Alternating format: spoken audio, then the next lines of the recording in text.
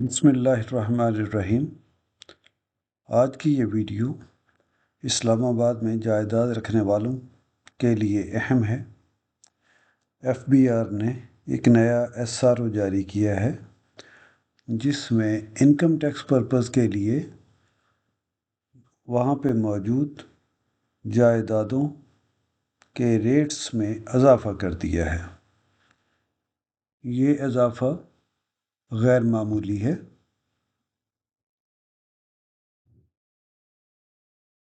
ये इजाफ़ा 15 से 75% तक किया गया है। इस SRO का इतलाक़ 2 फरवरी 2026 से होगा और SRO का नंबर है 163 विदिन ब्रैकेट 1 ऑफ 2026। इस SRO के तहत वहाँ पर जितने प्लॉट्स और कंस्ट्रक्टेड प्रॉपर्टीज़ जितनी भी हैं उन सब के रेट्स बढ़ा दिए गए हैं। अलबत्ता इस SRO का इतलाक़ इस्लामाबाद कैपिटल टेरिटरी के देहाती इलाकों पर नहीं होगा।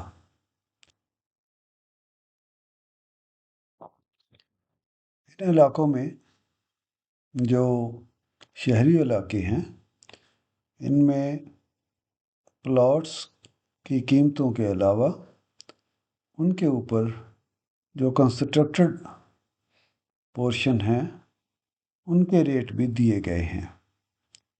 SRO के मुताबिक अगर कोई बिल्डिंग 5 साल तक की बनी हुई है, 5 साल से पुरानी नहीं है, तो उसका पर स्क्वायर फीट कंस्ट्रक्शन का रेट 3000 रुपये लिया जाएगा। इसके हिसाब से वैल्यूएशन होगी और अगर वो कंस्ट्रक्टेड प्रॉपर्टी जो उसकी कंस्ट्रक्शन है वो 5 साल से पुरानी होगी तो उसका रेट 1500 रुपये पर स्क्वायर फीट होगा।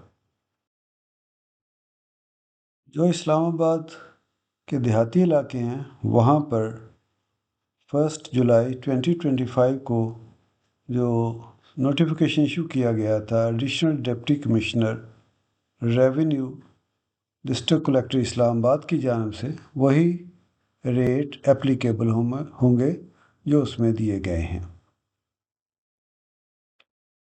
अब ये जो रेट बढ़ाए गए हैं उससे इस्लामाबाद में प्रॉपर्टी रखने वालों पर क्या असर होगा, टैक्स के हिसाब से क्या असरात होंगे, तो इसका 5 तरीक़ों से टैक्स बढ़ जाएगा।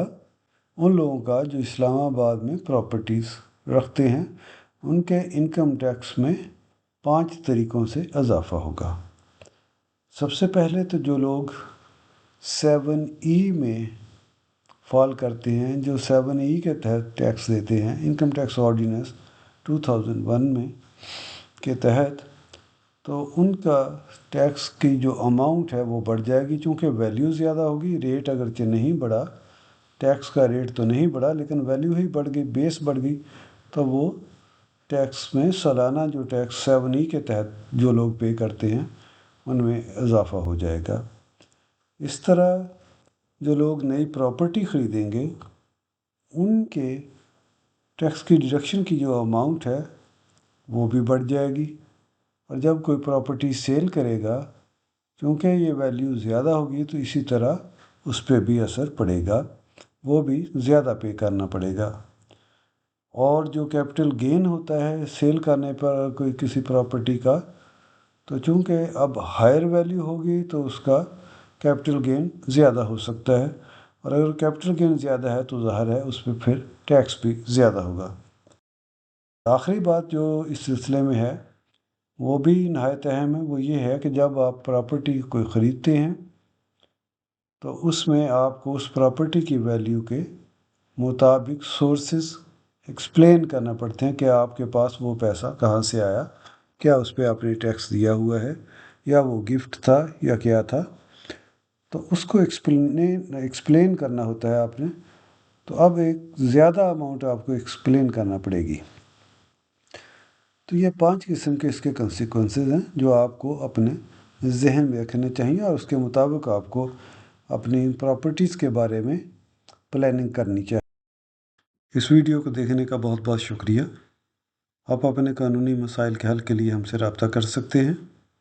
اس طرح کی مزید ویڈیوز کے لیے ہمارے چینل کو سبسکرائب کریں، اور اگر آپ کسی مخصوص موضوع پر ویڈیو چاہتے ہیں تو ہمیں بتائیں، ہم وہ بھی آپ کی خدمت میں پیش کریں گے۔ اللہ حافظ۔